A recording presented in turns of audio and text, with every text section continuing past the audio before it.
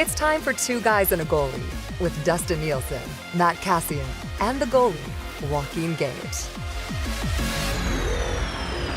What's going on, everybody? Welcome to Two Guys and a Goalie, brought to you by GS Construction. If you're looking for work, GS Construction is hiring today. Go to gsconstruction.ca, slide on down to their ready to work page, and you'll find all the details you need to about applying for a gig over at GS Construction. Gager's in the office. I'm in my basement. Cass is in his basement, and we got the Oilers and the Devils tonight. I had to come home today. My wife had an appointment. It's half day of school for the kids. Which we were just talking about in the lock shop. Like, did you guys ever have a half day? Like my kids, every Thursday is a half day. I don't remember. I think I didn't have that as a kid. Ever. No, we didn't have anything. Are you kidding me? Yeah. Days off, early dismissal. Nothing. Are you kidding me? There are so many days off now. And there never was as a kid. There's so many times, like I think it was a couple weeks ago, it was like they had a Wednesday off and then like wholly off for who knows what reason, and then they had like Friday off and then another Monday off, and you're like, this is like normal work weeks for everybody, like not on holidays. And then the half days. I think next year our school division is moving to early dismissal every single Wednesday, and I'm like, how, like, people with and why Wednesday? Why Wednesday? Why is Wednesday? Like, why is it Wednesday? I don't understand. Well, it just doesn't. Some of it's just crazy, and I get that teachers do a lot. They work hard. Kids can be stressful. I understand that. I married my wife, not right now, she's a mom, but was a teacher. So it's like, I understand that, but man, they get a lot of time off. Yeah, it's a lot of time off. It's fall break. There's teacher convention like 2 weeks before spring break. Gage, your kids are older than ours. Did they have like a half day once a week? To be honest, guys, I can't even remember anymore. It's I knew there was. I just realized, what are they doing? Are they home? Sometimes I would go down and make lunches, and then my wife would be like, "What are you doing?" And I There's go, no lunch tomorrow. They're not going to school today. I never knew. Like, half the time I go into my daughter's room every morning and I'm like, are you going to school first of all? And do you have school today? That's what it's come down to. Because when they get to high school, now it's like, I don't know when high school became college and they just stay home and study and go later. Like, it's bizarre to me. But I went to Athol Murray College in Notre Dame and outside of Regina there. So you went every day. There was no half days, anything. I mean, we were in dorms and stuff, but yeah, it's pretty wishy-washy for these kids nowadays. I like when you go, I don't know when high school became college, because like, it's like, oh, I got two spares in high school. Yeah. That's weird to me. Like, there was none of that in high school for me. Like, and in grade 11 and 12 at our high school in Cranbrook, man, we operated on what they call like a quarter system. So we were in one class in the morning and one class in the afternoon. And you would do that straight for 2.5 months. Then you do the other two classes. Then you do the other two classes. And I hated it. I'd rather move around from class to class. Like, it kind of sucked. But there was no like, oh, I don't have to show up. Like, I could just, and my one buddy Riley set it up so that he had this one quarter, he had gym 11 and gym 12. So for 2.5 months, all he had was PE, which was awesome. Glorious. Legendary move. Like, yeah, that was pretty good. Cass, what'd you run in high school? What were you guys doing? You would have been playing. So I would have been playing. So different, like when you're in junior, before that, I mean, I got made fun of by my teammates for that. I was taking summer school courses to try to get through as many of my like the core courses as possible. So that if I went to play junior, I wouldn't have as much to do in my grade 12 year, which is exactly how it worked out. So it worked out great.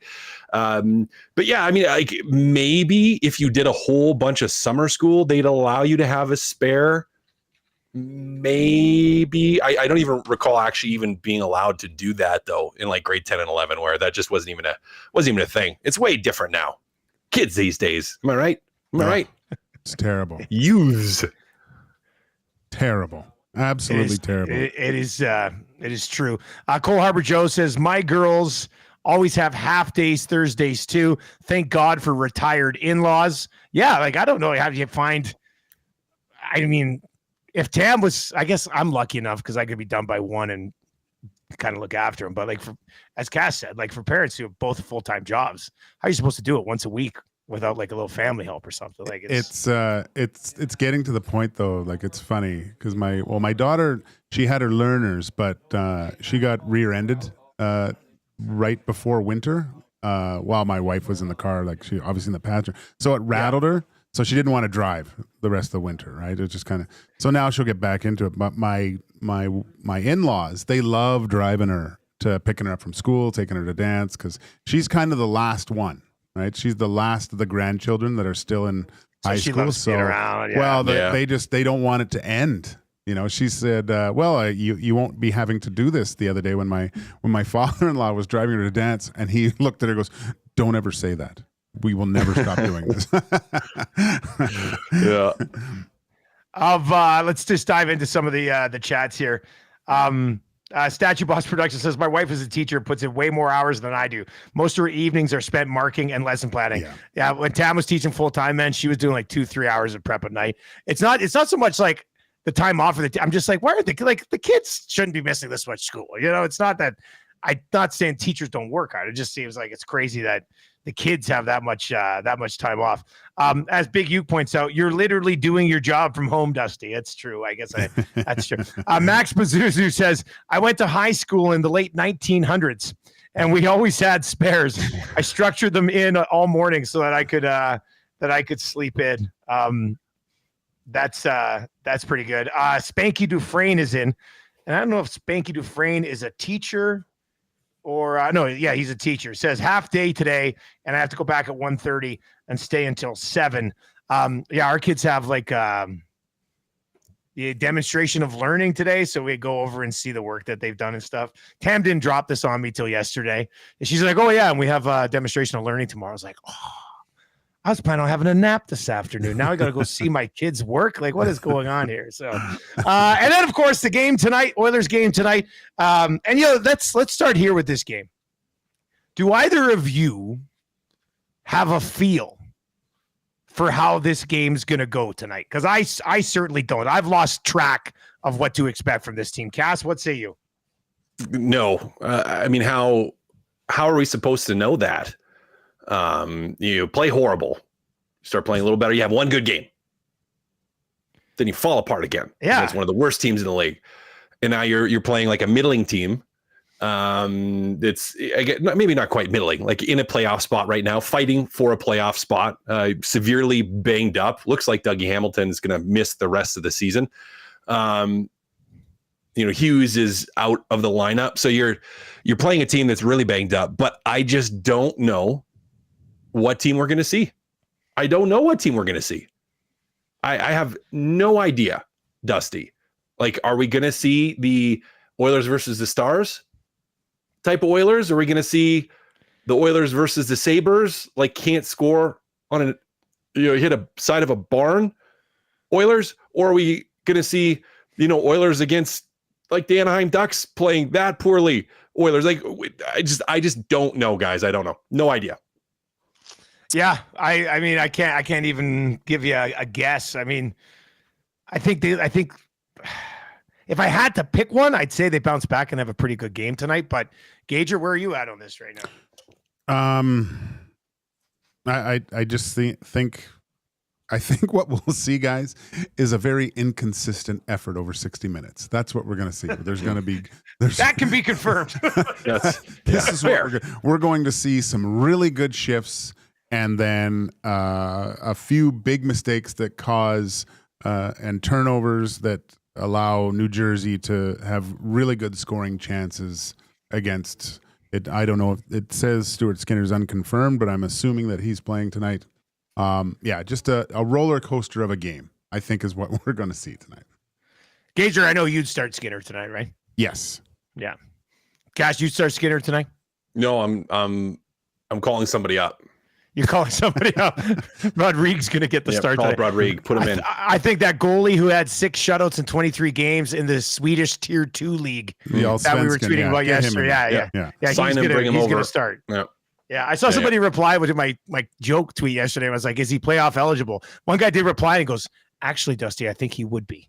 It's just like, oh, my God. It's the second tier league in Sweden. It's not like, Gage, did you play? Did you It's play? not only Stek- that. No, I played in the You played in the top tier. the top league, but that league, there was because in Stockholm there's two other teams that play in Stockholm, Hammarby and IAK. And I knew a couple guys on the IAK team. I played with them in the minors. They came back.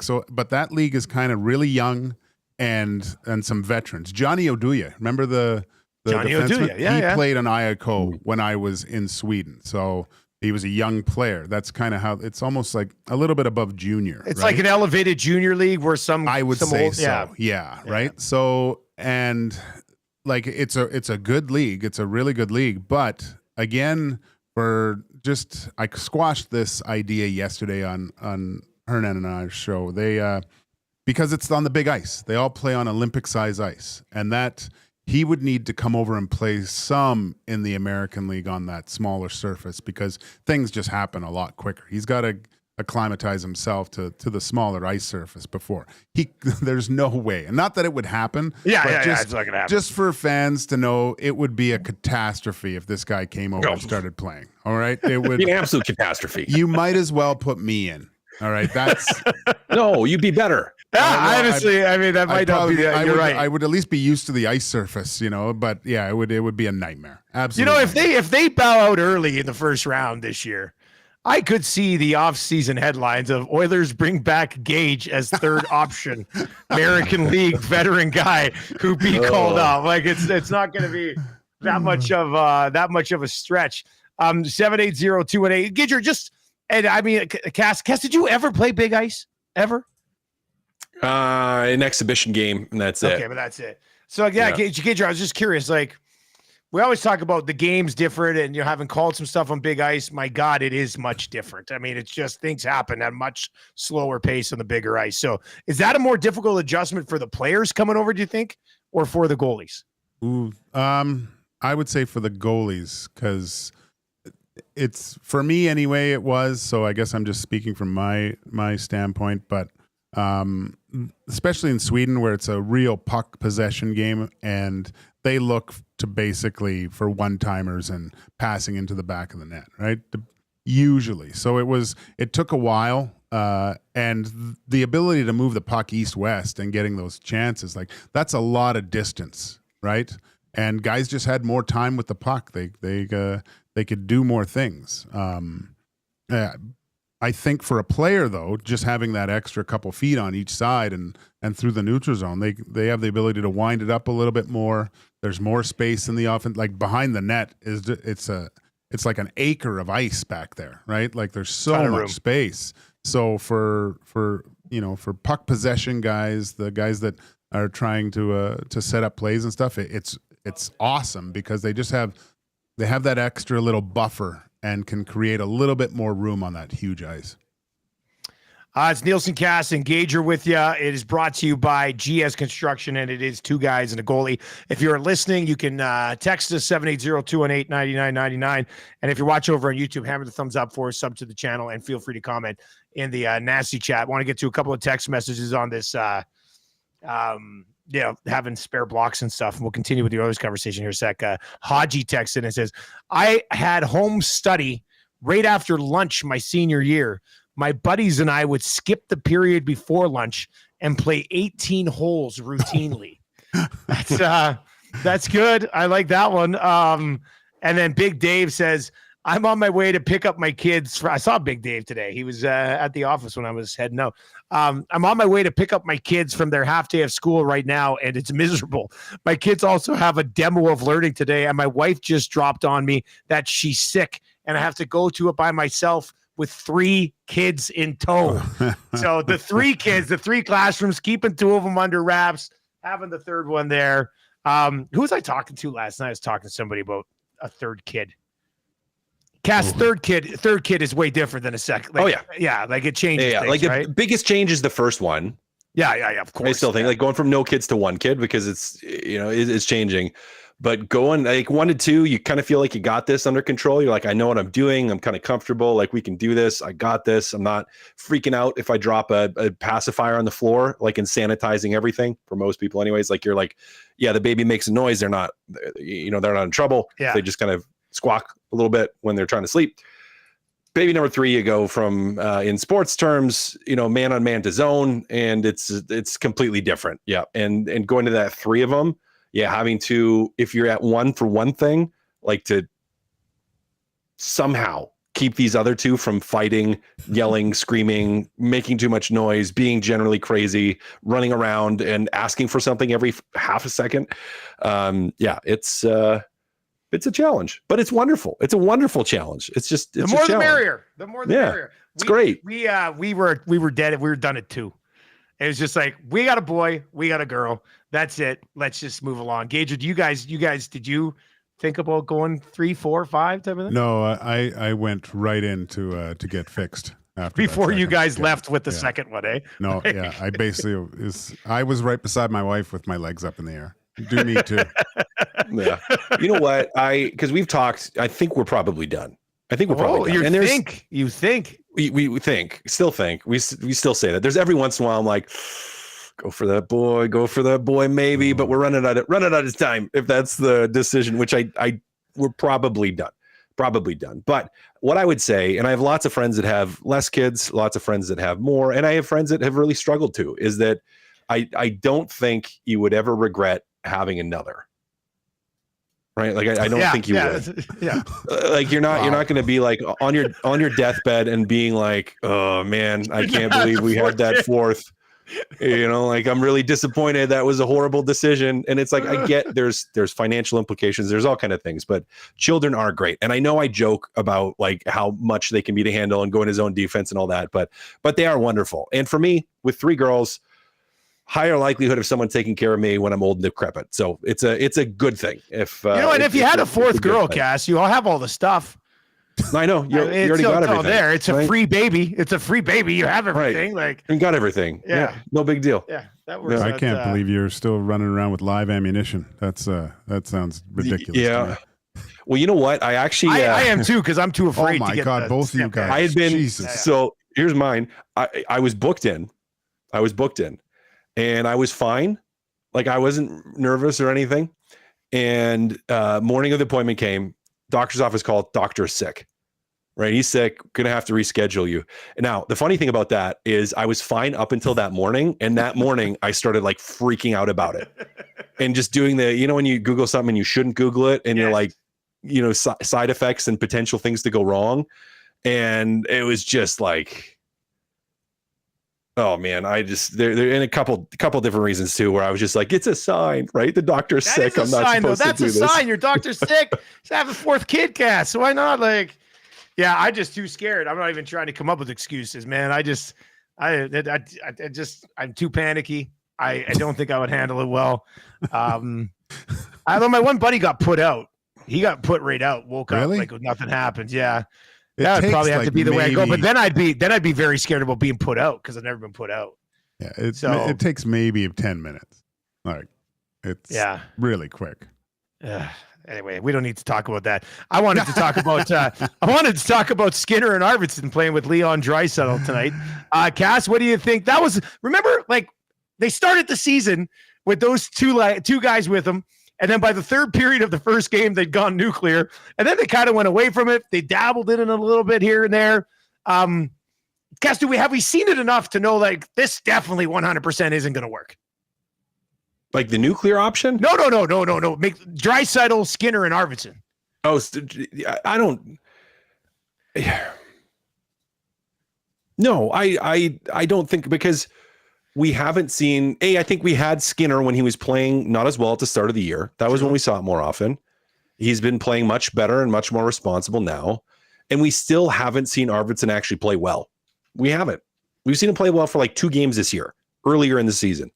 And so I think there's still a chance on the off micromental, tiny maybe chance that Arvidsson raises his game and starts to play how the Edmonton Oilers need him to play, that it could potentially work. Potentially.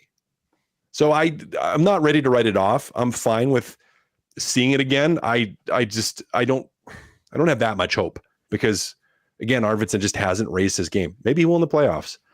It's a lot to roll the dice with, but we'll see. Gager, what do you think about this trio? Do you have any expectations for them? No, I mean, not really. With Arvidsson, they kind of play like both of them are neutered. They need to find something here. And maybe that is it for Victor Arvidsson. Maybe he needs that playoff atmosphere, because that's how I think when they signed him, that's how we all envisioned Victor Arvidsson, right? That little, I think we all referred to him as a buzzsaw. You know, he was always in and inside players' equipment, and it seemed very difficult to play against. He was diving, drawing penalties, right? That very annoying player that we just haven't seen all year. With Jeff Skinner, I think he's been doing what the coaching staff has asked him to do, like getting a little bit more, winning some board battles, but I don't think we're going to see the prolific goal scoring Jeff Skinner that was in Buffalo. You know, it's just that player's gone. And he's, from all accounts, talking to the people in Buffalo, they were all like, why would you sign that guy? He's a perimeter player that is unwilling to get his nose dirty. And part of that, I thought, was because he played in Buffalo, never played in meaningful games, and here was a guy that wanted to play when it matters most. So we thought we would see a rejuvenated Jeff Skinner, and we just haven't yet. Man, I would love. I went to try to take a peek when you guys were chatting. I would love if somebody could find me how many minutes Draisaitl, Skinner, and Arvidsson have played together this year. I'm just curious. Like, is it a couple hundred? Is it 20? Like, how many minutes have those guys played together this year? This one over in the Calvin C over in the Nasty Chat says, why not try Skinner and Arvidsson with McDavid and then Hyman and Nuge with Draisaitl? I'm kind of up for anything at this point. Cass, what would you think of, I guess, what we would describe as a bit of an experiment, Skinner and Arvidsson with McDavid? We haven't seen that yet. I'm pretty sure. I'm almost certain we haven't seen that. Yeah, we haven't seen that yet. McDavid probably doesn't want to play with Skinner. So not going to happen. That's probably I mean, why. If he wanted to play with him, he probably would have got a little bit of time with him. He would have had a look playing with him already. So yeah, why not try it? Well, you could theoretically. We could see how that looks. Yeah. Give it a rip. For sure. I mean, if you're Knobloch, why? I mean, you literally tried every other line combination. Yeah. Right? They've tried everybody else. Like, why not? Aside from McDavid being like, no, trade me now if you play me with him. Has Skinner ever played with McDavid aside from like the only time I remember is the beginning of the year when they were trying to get him a goal, I think, and it was at the end of the game and they were ahead by a few, and he got some extra shifts with McDavid and had some chances. But other than that, has he played at all with Connor?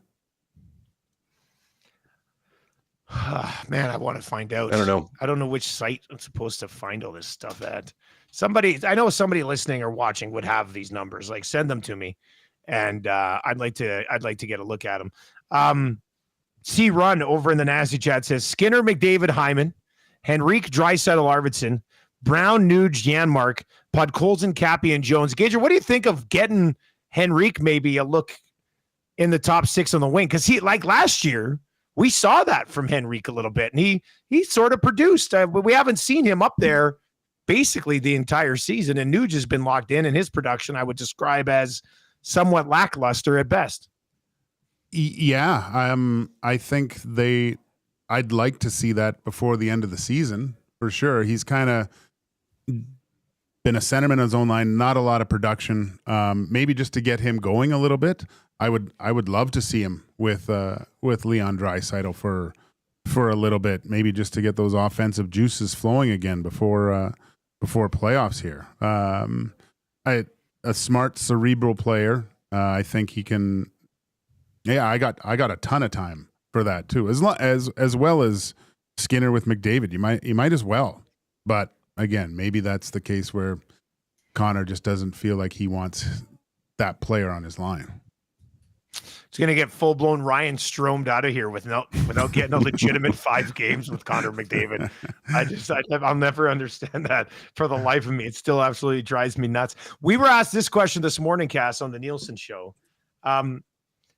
if the playoffs started today, who would be your two wingers for Leon Draisaitl? Assuming it's Nuge, McDavid, Hyman. Draisaitl's having this kick-ass season, and he's had a bunch of guys out there who just really haven't been contributing much. Who would you start there? Playout Gage or get ready. We'll come to you too. Who would you start? And if you're listening, text us 780-218-9999 over in the nasty chat as well. Who would you have with Draisaitl to start the playoffs? Ooh, that's this is the problem. Like this is the problem. This is the problem right it's here. Not an easy. You don't have an answer.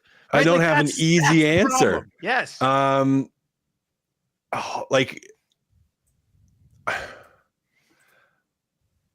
I don't know. I kind of want to say like Frederic and maybe Arvidsson. Maybe.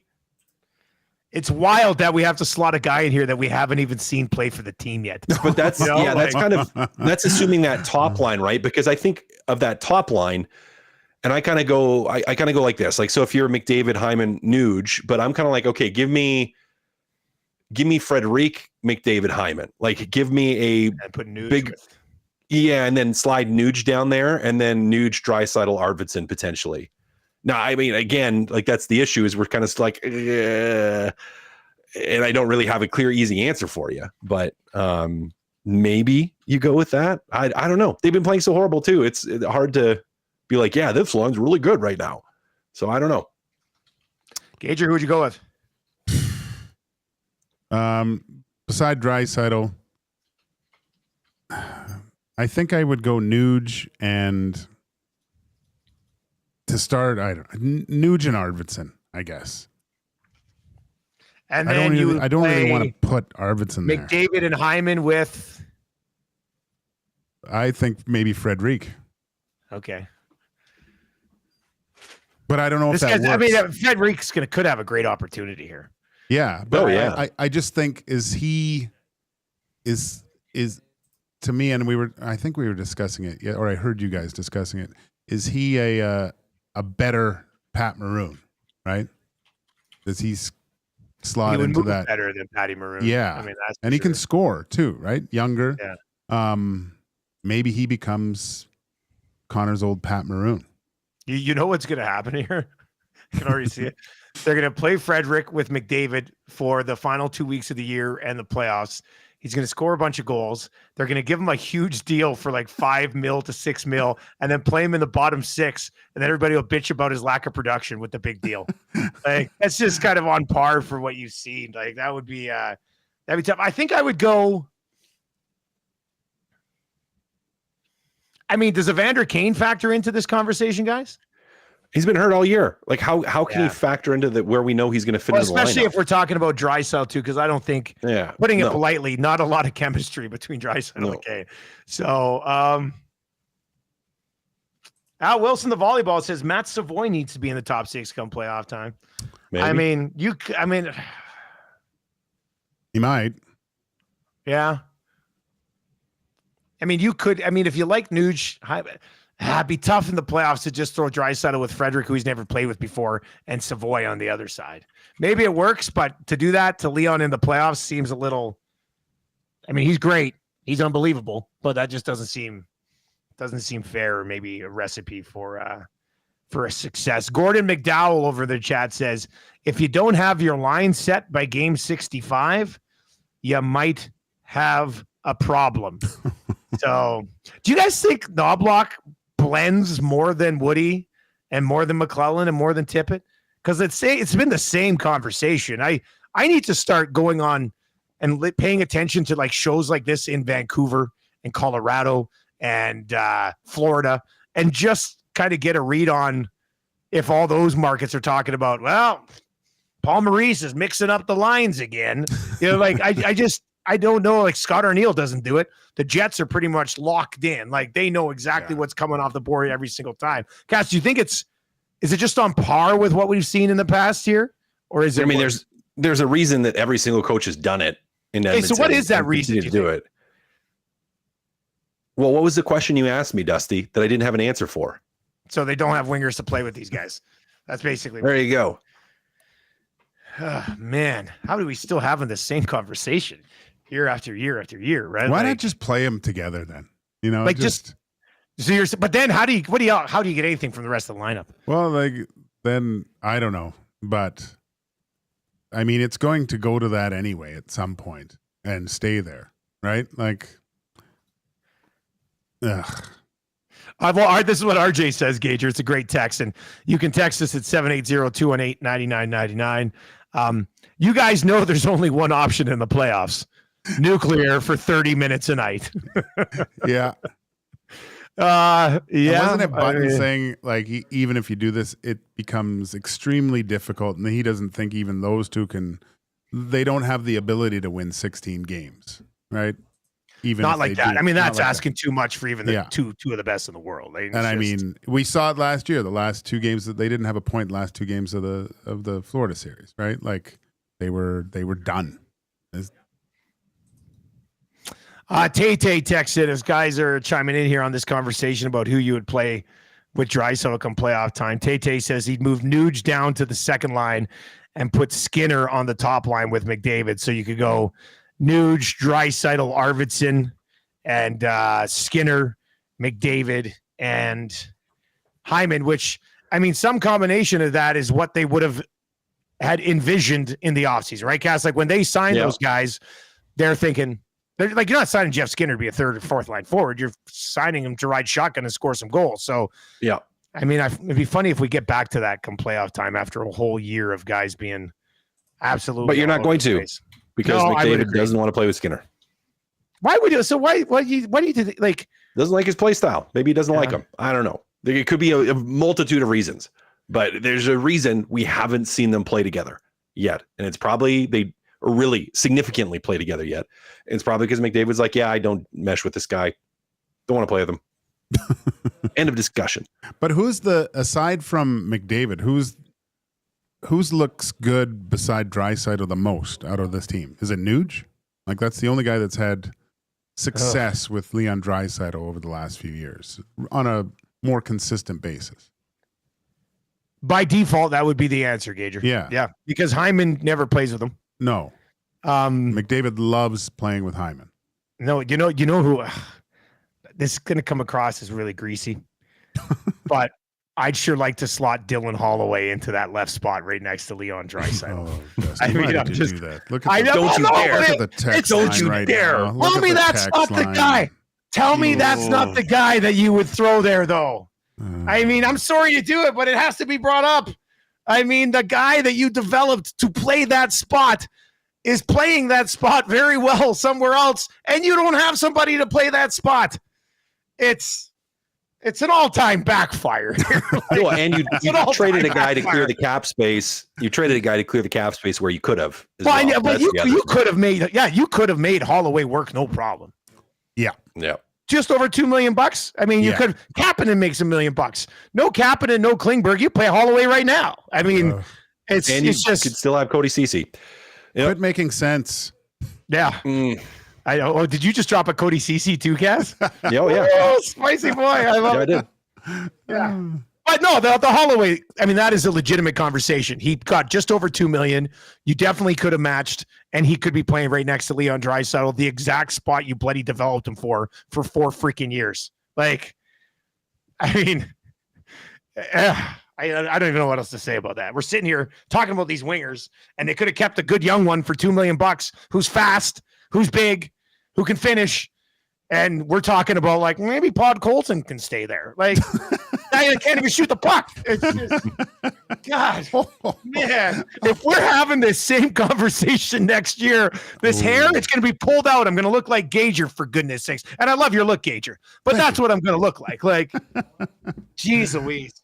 All right. When Ekholm returns, Cass, do you put Bouchard right back beside him immediately? Yes. Kind of have to, don't you? Kind of have to. Yeah. Yeah. We've seen it work. It's worked. They're comfortable together. And you hope they find it together, right? And find that. Yeah. Yeah. I think you kind of have to. I don't want to switch it around too much with that.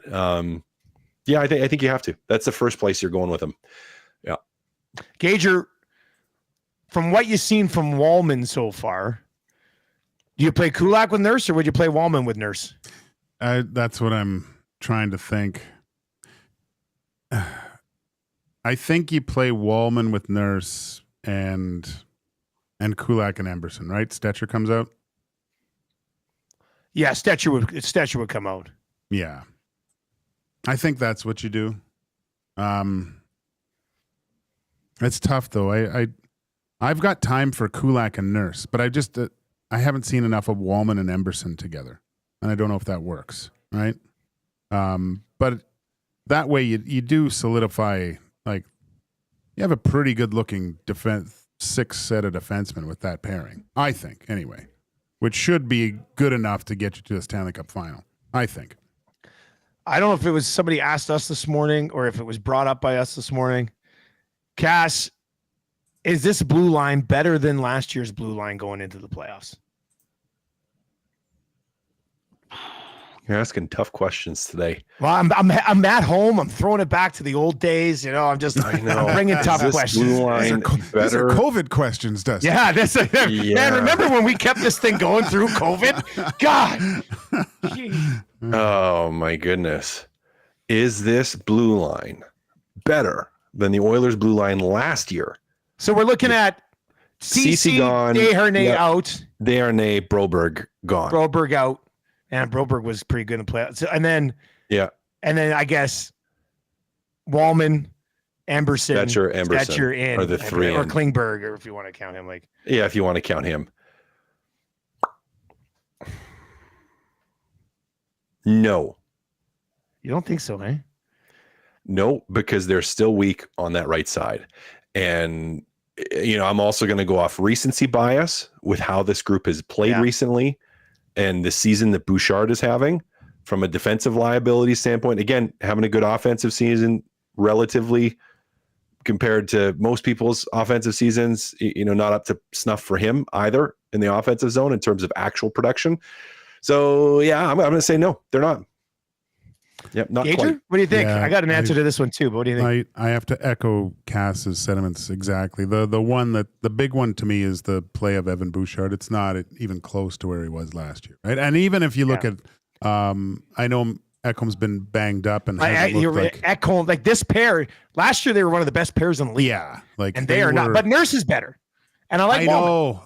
So it brought it back, but not enough. It's not enough to equalize. I don't think. With that six, although Darnell Nurse is a boatload better. When's the last time you talk about him? He's solid. Yeah, I thought he had an off game like 3 or 4 games ago, but we barely talked about him at all. He's been steady. I didn't like because he got kind of caught in my old man's line and goes down into that lunge to block the shot, and I think he screened Skinner there on the second goal. But that was I'm really nitpicking there. Everything else, when you watch him, it's really, really solid. 780-218-9999, 780-218-9999. Troll texts in and says, all-time stupid move.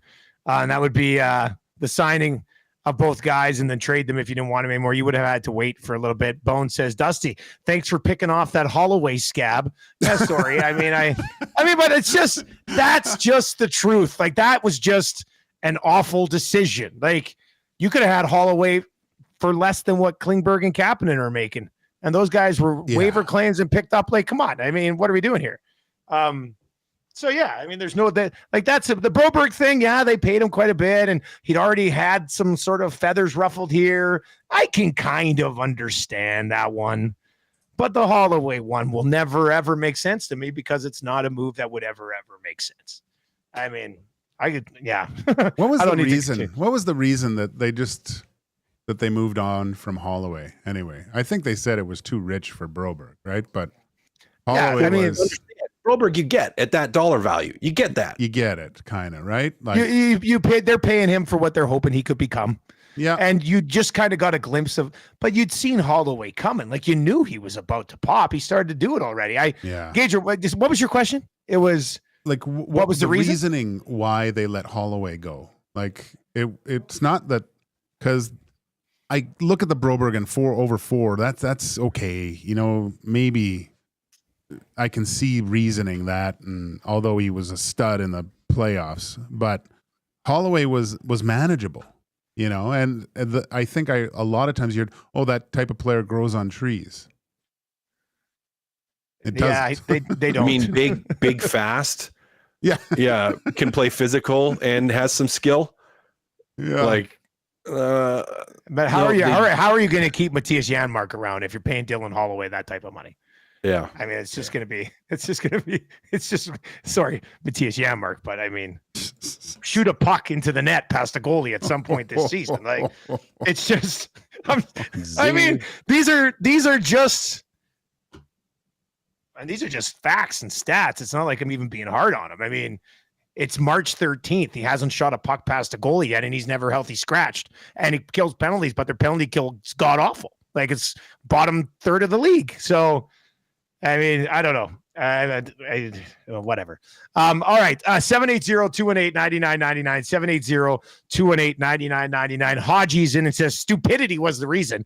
And maybe to send a message. Yeah, but send a message to who? Well, Holloway? Here you go. Go play there and get more opportunity and light it up for that team. I mean, the troll is in and says Ekholm, Bush, worse than last year.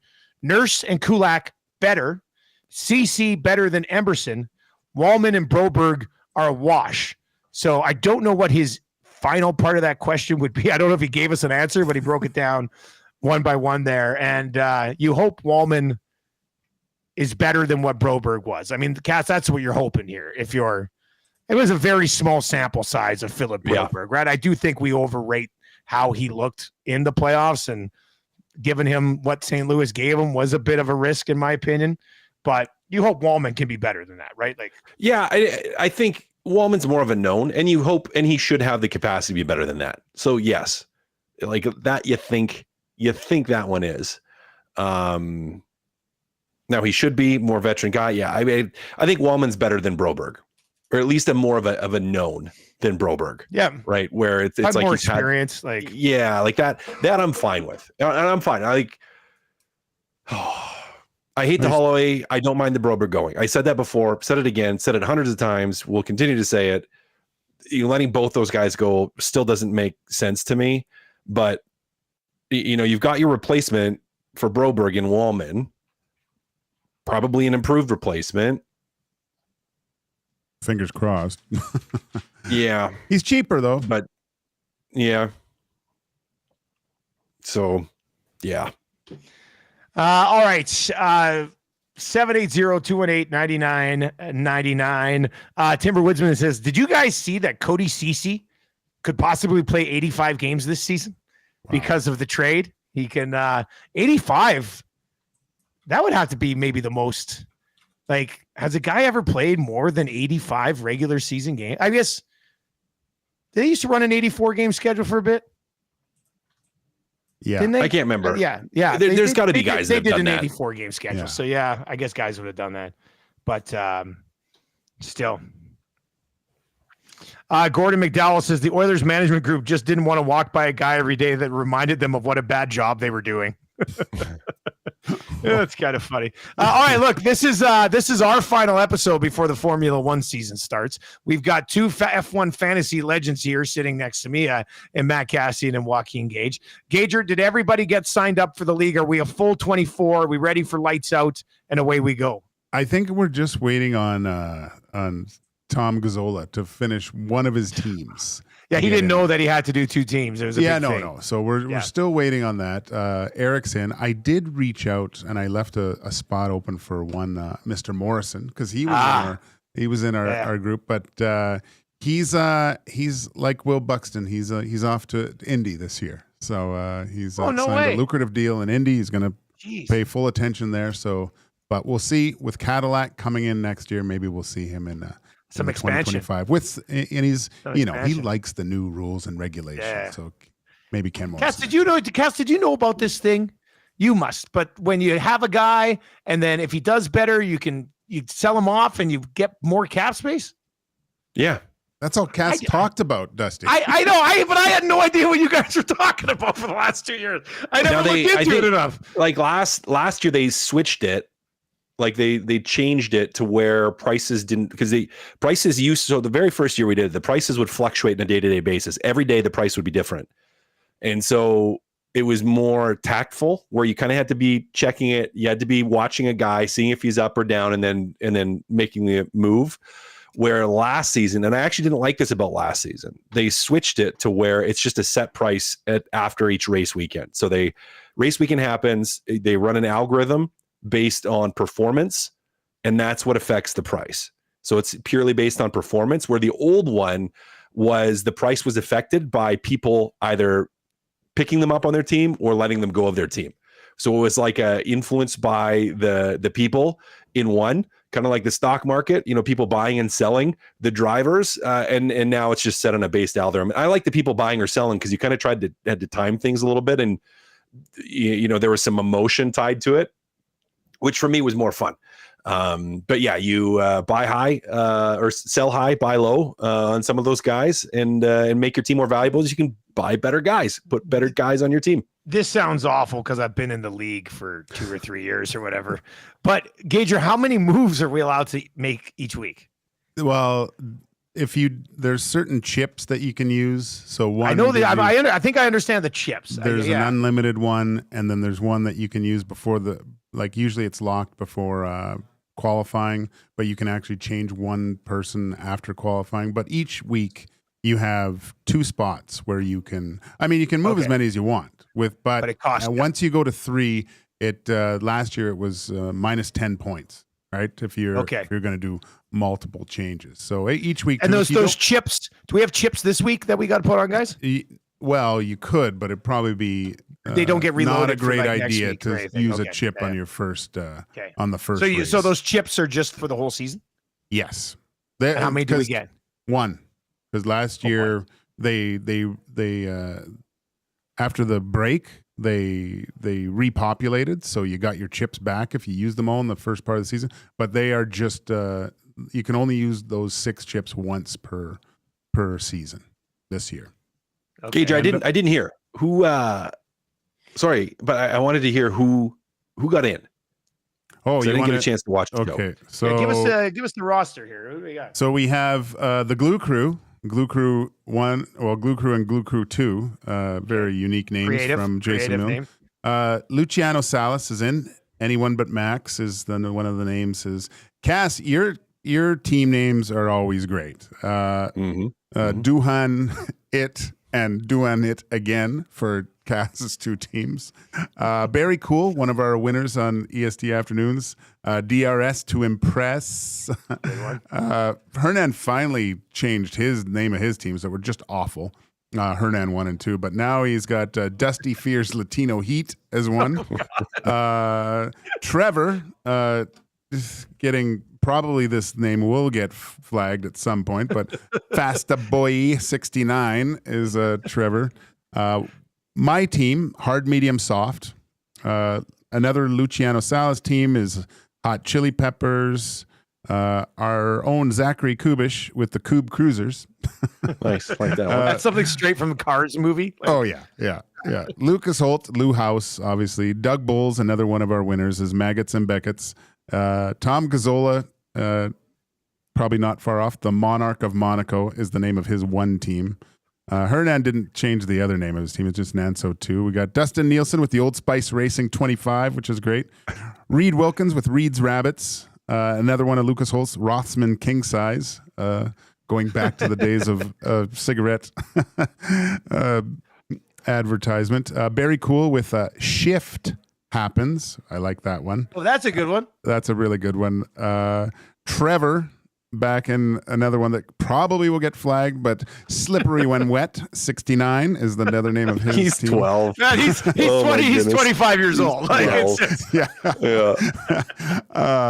Mine, I went with another one. It was flagged at the beginning, but they removed it. I get to keep my name. It's Soft, Medium, Hard is and Hard, Medium, Soft are the names of my teams. They're just boiled eggs, right? They're just the tires, right? They're the tires. Zachary Kubish with another unique one, the Pit Spitters. No idea what that means. Doug Bowles, Varante Ascari, very unique. Reed Wilkins, Werewolf Vampires. I mean, is a fan of the Twilight series, obviously. Wonder Bread Racing 25, Dustin Nielson. We all know what that means.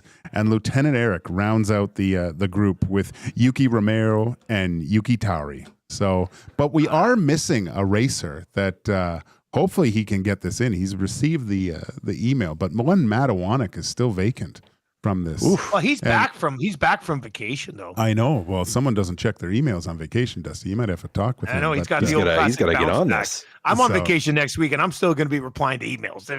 I mean, it's kind of. I kind of hope that because Matawanek is such a whiner with the F1 pool about.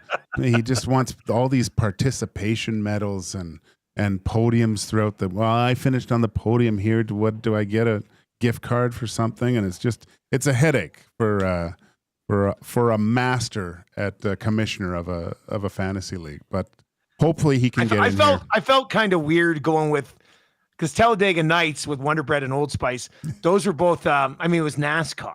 Yeah. So I felt kind of bad bringing that over, but I mean, I was just like, nah, screw it. You know what? Shake and bake. Yeah. Shake and bake. Shake and bake. That's my teams this year. All right, we got EST afternoons coming up. Gager, what are you guys talking about? What do you got? Oh, we got. Let me tell you here, Dusty. We'll obviously get into the Devils game tonight. We'll on the verge of 7:30 tonight, free practice 1, so we're going to dive into a little bit more F1. Red Light District at 1:40. We got Mike Morelli from New Jersey. We'll talk to him about the New Jersey Devils and this day in sports to wrap it up and get ready for Jay and Reed's show. Yeah, Reed Wilkins show starts at 3 to 6 after EST afternoons. Cass, you in pre and post tonight?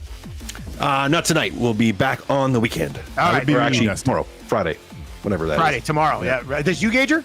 Yeah, it's me. All right, Gager's on pre and post, 4:30 start with Tommy and Hernan there. That's going to do it for Two Guys and a Goalie, brought to you by GS Construction. If you're looking for work, GS Construction is hiring right now. For Gage, Cass, I am Dusty. I'll be back in studio tomorrow morning, 6 o'clock, breaking down this game with a little dance party Friday. Take it easy until then.